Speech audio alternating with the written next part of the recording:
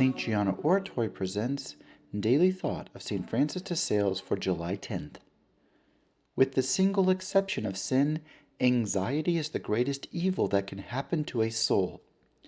Just as sedition and internal disorders bring total ruin to a nation and leave it unable to resist the enemy, so also if our heart is inwardly troubled and disturbed, it loses both the strength necessary to hold on to the virtues it has acquired and the means to resist the temptations of the enemy.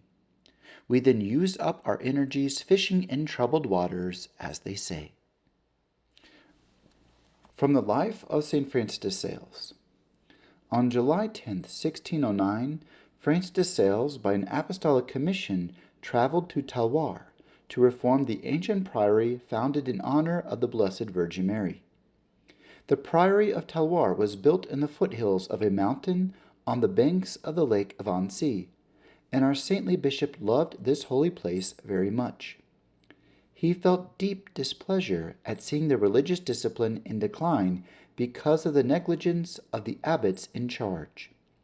He wrote to Pope Paul V about the matter and received from him a commission to carry out the reform.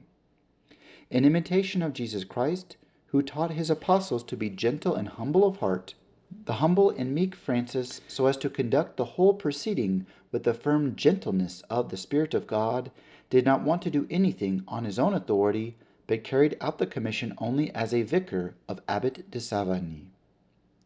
This man, happy about the apostolic commission given to Francis, yielded to him the authority to correct and reform the monastery.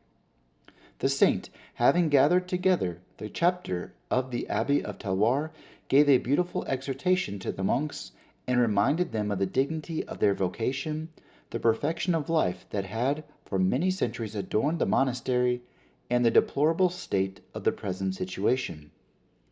Francis's discourse centered around 3 points, and he spoke with such spirit that he moved the hearts of the monks, the majority of whom then promised to undertake a conversion of their lives. Yet how much hard work and how many heartaches this reform was to still cause this holy prelate.